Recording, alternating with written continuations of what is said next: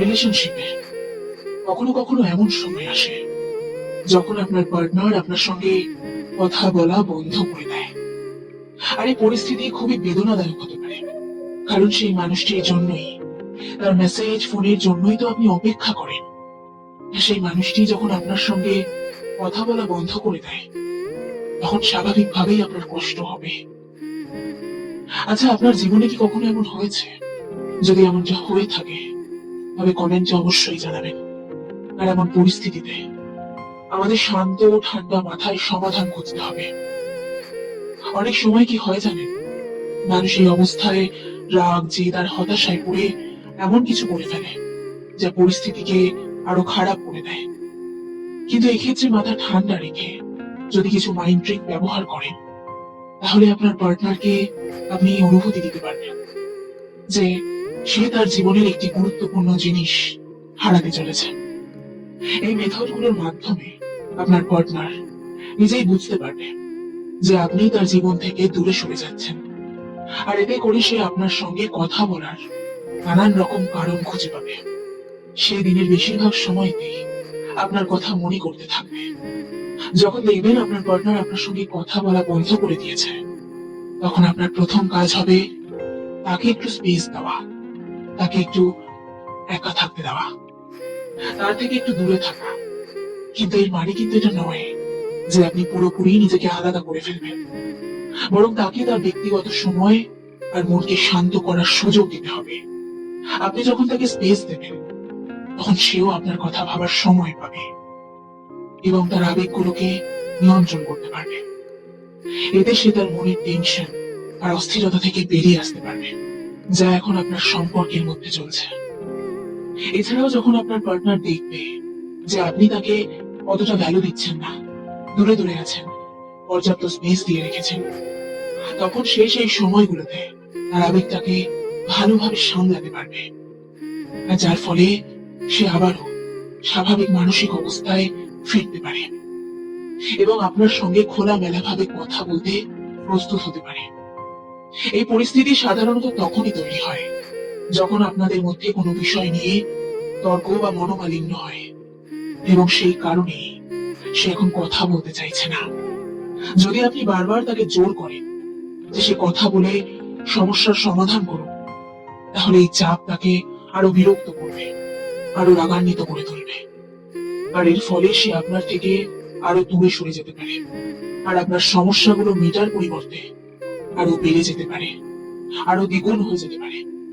তাই এই রকম সিচুয়েশনে আপনার পার্টনারকে একটু সময় বা স্পেস দেওয়াটা জরুরি। তাকে একটু আলাদা থাকতে দিন, কারণ যখন সে একটু একা থাকবে, তখন তার মস্তিষ্ক ধীরে ধীরে শান্ত হবে।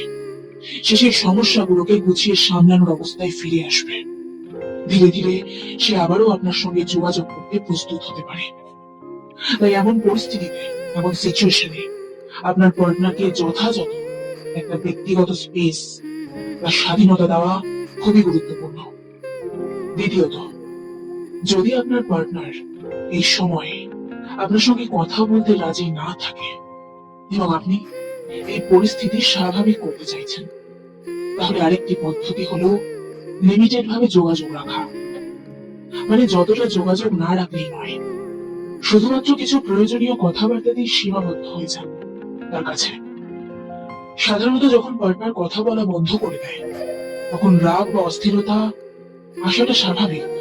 কিন্তু এমন সময় যদি তার কাছে নানান ধরনের প্রশ্ন নিয়ে যান, যে কেন অ্যাভয়েড করছো, কি করেছি আমি, ইত্যাদি ইত্যাদি, এই কথাগুলো এই পরিস্থিতিটাকে আরো খারাপ করতে পারে। তাই শুধুমাত্র প্রয়োজনে তার সাথে কথা বলো। সেই সময়গুলোতে কথাকে খুব সীমিত এবং সংযমী রাখা অনেক ভালো। সীমিত কথাবার্তার সুবিধা কি জানেন? আপনি যদি সীমিত কথা বলেন, তাহলে আপনার পার্টনারের মনে এই বার্তা যাবে যে তার কথা না বলার আচরণে আপনি একটুও প্রভাবিত হচ্ছেন না, আপনার কোনো যাই আসছে না, আপনি আপনার মতোই বেশ ভালোই আছেন এবং আপনি আপনার আবেগকে নিয়ন্ত্রণ করতে পারছেন, আপনি আপনার আবেগকে কন্ট্রোল করতে পারছেন। আর আপনার এই নিয়ন্ত্রণের ক্ষমতা, এই কন্ট্রোল করার ক্ষমতা তাকে ভাবাবে যে আপনি অনেক ম্যাচিওর একজন মানুষ দেখুন, আপনি যদি কেবল প্রয়োজনীয় কথায় মনোযোগ দেন, তবে আপনার পার্টনার অনুভব করবে যে আপনি তার আচরণে অতটা বিচলিত নন যতটা সে আশা করেছিল। সে যদি জবাব দেয়, তবে স্বাভাবিকভাবে প্রতিক্রিয়া জানান, যেমন আচ্ছা ঠিক আছে। আর যদি জবাব না দেয়, তাহলে আপনাকেও অতিরিক্ত প্রতিক্রিয়া দেখানোর কোনো রকম প্রয়োজন নেই। হালকা হাসি দিয়ে বিষয়টা এড়িয়ে যাওয়ার চেষ্টা করুন। নিজের মনকে অন্য কাজে ব্যস্ত করে দিন। এভাবে সংযমী আচরণ আপনার পার্টনারের কাছে একটা স্পষ্ট বার্তা পৌঁছে দেবে যে তার আচরণে আপনার উপর কোনো এফেক্ট পড়ছে না, আপনার উপর কোনো নেতিবাচক প্রভাব ফেলছে না। আর এই বার্তাই তার আচরণে পরিবর্তন আনতে পারে। সাধারণত সেই মানুষটা যখন কথা বলা বন্ধ করে দেয়, তার উদ্দেশ্য থাকে আপনাকে কষ্ট দিয়ে বোঝানো যে সে আপনার উপর কোনো কারণে রাগান্বিত বা অসন্তুষ্ট। হতে পারে আপনি বিষয়টার সমাধানের চেষ্টা করছেন, কিন্তু তবুও সে ইচ্ছে করে আপনার সঙ্গে কথা বলছে না এবং আপনাকে মানসিকভাবে প্রেশারাইজ করছে। সিমেন্ট আমাদের কি শিক্ষা দেয় জানেন? যে জোড়া লাগানোর জন্য কখনো কখনো নরম হতে হয়, আর জোড়া থাকার জন্য সব সময় শক্ত হতে হয়। আর এর থেকে আমরা এটাই বুঝতে পারি যে কোনো সম্পর্কে, বিশেষ করে কোনো রিলেশনশিপে, কেউ একজন যদি কোনো রকম কারণবশত অপরজনকে অ্যাভয়েড করে বা কথা বলা বন্ধ করে দেয়, তখন অপরজনের উচিত কথাবার্তা যতটা কম বলা যায়, যতটা তাকে একা ছেড়ে দেওয়া যায়। ভুলে যাবেন না, এখানে একা ছেড়ে দেওয়া মানে কিন্তু তাকে ভুলে যাওয়া নয়, তাকে স্পেস দেওয়া। আর নিজের মধ্যে ধৈর্যের ক্ষমতাটাকে আরো বাড়িয়ে তোলা, যাতে এই মুহূর্তটা কোনোভাবেই আপনার মনকে, আপনার মানসিক অবস্থাকে দুর্বল না করে তোলে। আর এমন অবস্থায় আপনার পার্টনারের মনে হবে যে তার এই আচরণ আপনাকে প্রভাবিত করছে না এবং আপনি খুব শান্ত ও ভারসাম্যপূর্ণ, যিনি নিজের আবেগকে নিয়ন্ত্রণ করতে সক্ষম। তৃতীয়ত, এমন অবস্থায় যখন আপনার পার্টনার আপনার সঙ্গে কথা বলছে না এবং আপনি পরিস্থিতি স্বাভাবিক করতে চাইছেন, তখন আপনার মনে নেগেটিভ চিন্তা আসবে। আর এটা স্বাভাবিক, কিন্তু এই নেগেটিভনেস থেকে দূরে থাকা এবং পজিটিভ মনোভাব বজায় রাখা অত্যন্ত গুরুত্বপূর্ণ। আপনি যদি নেগেটিভ চিন্তায় ডুবে থাকেন, তাহলে সমস্যা মেটার পরিবর্তে আরো জটিল হয়ে উঠবে। তাই নিজেকে নেগেটিভ চিন্তা থেকে দূরে রেখে পজিটিভ ভাবনা করে তোলা খুবই সহায়ক হতে পারে। যদি আপনার পার্টনার ইচ্ছে করে আপনাকে প্রভাবিত করতে চায় বা চাপে ফেলতে চায় বা প্রেশারাইজ করতে চায়, তাহলে এমন সময় আপনার পজিটিভ মনোভাব আর সংযমী হলেও আপনার সব থেকে বড় শক্তি।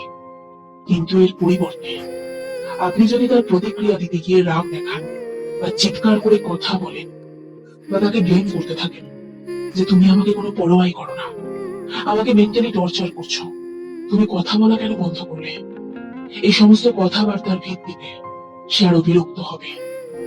তাই বলবো, যদি সে ইচ্ছে করে দূরত্ব তৈরি করে থাকে, তবে আপনার রাগ দেখে সে মজাও পেতে পারে। সে আপনাকে ব্যঙ্গ করতেও ছাড়বে না। তাই নেগেটিভিটি এড়ানো খুবই জরুরি। এর পরিবর্তে পজিটিভ থাকুন, নিজের আবেগকে কন্ট্রোল করুন, সংযমী ভঙ্গিতে কথা বলুন। যেমন, আমি জানি তুমি এখন হয়তো বিরক্ত বা চিন্তিত, তোমার কিছু সময় একা থাকা দরকার, একটু স্পেস দরকার তোমার। তাই যখনই তুমি শান্ত হবে আর মনে হবে যে আমার সঙ্গে কথা বলা দরকার, আমি এখানেই আছি, তোমার সঙ্গেই। এমন প্রতিক্রিয়া আপনার পার্টনারকে অনুভব করাবে যে আপনি তার পরিস্থিতি বুঝতে পারছেন, আপনি তার সিচুয়েশনটা বুঝতে পারছেন, আপনি তার মানসিক পরিস্থিতিটা বুঝতে পারছেন এবং তাকে তার আবেগ গুছিয়ে নেওয়ার সময় দিচ্ছেন। এতে তার রাগ ধীরে ধীরে কমতে থাকবে এবং সে অনুভব করবে, সে পদে পদে অনুভব করবে যে আপনি একজন ব্যক্তি যে তাকে বোঝে, আপনি একজন বুঝদার এবং সংযোগী পার্টনার। এমন মানুষের ওপর দীর্ঘদিন ধরে কেউ রাগ করে থাকতে পারে না, আর এমন মানুষকে কেউ হারাতেও চায় না। একে তৃতীয় মাইন্ড ট্রিক বলা যেতে পারে, যেখানে আপনি নেগেটিভিটি থেকে দূরে থেকে পজিটিভ মনোভাব বজায় রাখতে পারেন। শেষ যে মনস্তাত্ত্বিক কৌশলটি বলবো, সেটি হলো ব্যাক অফ করা। আপনার ইমোশনাল উপস্থিতি কিছুটা কমিয়ে দেওয়া। এর অর্থই নয় যে আপনি পুরোপুরি সম্পর্ক থেকে সরে যাবেন, বরং কিছুটা ইমোশনালি দূরে থাকতে হবে, যাতে আপনার পার্টনারও আপনাকে মিস করার সুযোগ পায়। কারণ জানেন তো, সবসময় যদি আপনি অ্যাভেলেবেল থাকেন, সবসময় যদি চোখের সামনে ঘোরাফেরা করেন, তাহলে আপনার ভ্যালুটা, আপনার মূল্যটা ধীরে ধীরে কমতে থাকবে।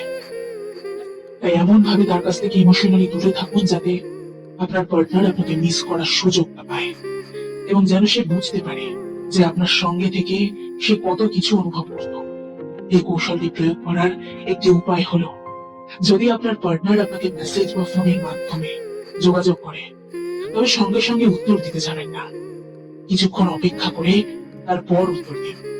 যখন আপনার পার্টনার দেখবে যে আপনি আগের মতো তাকে দ্রুত উত্তর দিচ্ছেন না, তাকে অনেকক্ষণ অপেক্ষা করাচ্ছেন, তখন তার মনে হবে যে এই দূরত্ব আপনার আবেগকেও প্রভাবিত করছে।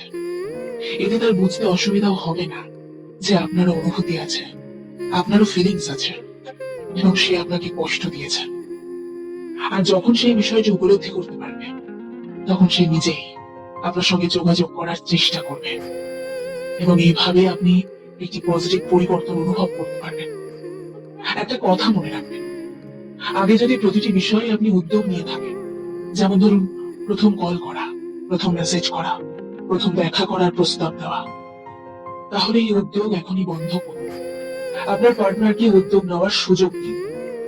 সে যদি উদ্যোগ নেয় তো ভালো, আর না হলে আপনার পক্ষ থেকেও কোনো উদ্যোগ নিতে হবে না। অনেক সময় মানুষ এমন পরিস্থিতিতে ভেঙে পড়ে যখন তার পার্টনার তার সঙ্গে কথা বলা বন্ধ করে দেয়। তাই এই সময় নিজেকে সামলে রাখা খুবই জরুরি। তাই ব্যাক অফ করতে হবে, অর্থাৎ আপনাকে নিজের প্যাশন, নিজের স্বপ্ন, নিজের সময়কে গুরুত্ব দিতে হবে, মনোযোগ দিতে হবে। ভবিষ্যতে সফল হওয়ার জন্য মেন্টালি স্ট্রং হতে হবে। তাই জেগে উঠুন। আর যারা আপনার ক্লোজ, যারা আপনার কাছের মানুষ, বন্ধু বান্ধব, পরিবার, তাদের সাথে সময় কাটান। শুধু সেই মানুষটাকে বাদ দিয়ে তাকে কিছু সময় একা ছেড়ে দিন, তার মতো করে। দেখবেন এতে করে আপনার পার্টনারের মনে হবে যে আপনি তাকে ছাড়াও সুখী এবং স্বস্তিতে থাকতে পারেন। আপনার সুখ শুধুমাত্র তার উপর নির্ভরশীল নয়, এটা তাকে বুঝতে হবে, এটা তাকে বোঝাতে হবে। যখন আপনার পার্টনার আপনার সঙ্গে কথা বলা বন্ধ করে দেয় বা রাগ করে থাকে, তখন এই মাইন্ড ট্রিক্স গুলো ব্যবহার করুন। এইগুলো আপনার জন্য খুব উপকারী হতে পারে। এই পদক্ষেপগুলো তখন আপনার কাজে আসবে যখন আপনি অনেক চেষ্টা করেও তাকে রাজি করাতে ব্যর্থ হয়েছেন। যদি আপনার জীবনে এমন পরিস্থিতি কখনো এসে থাকে, তাহলে আপনার অভিজ্ঞতা নিচে কমেন্ট বক্সে শেয়ার করুন। আর ভিডিওটি যদি ভালো লাগে, তাহলে সবাইকে শেয়ার করে দেখার সুযোগ করে দিন। আর নতুন নতুন ভিডিওর জন্য নোটিফিকেশন পেতে চ্যানেলটি সাবস্ক্রাইব করে রাখুন। ধন্যবাদ সবাইকে।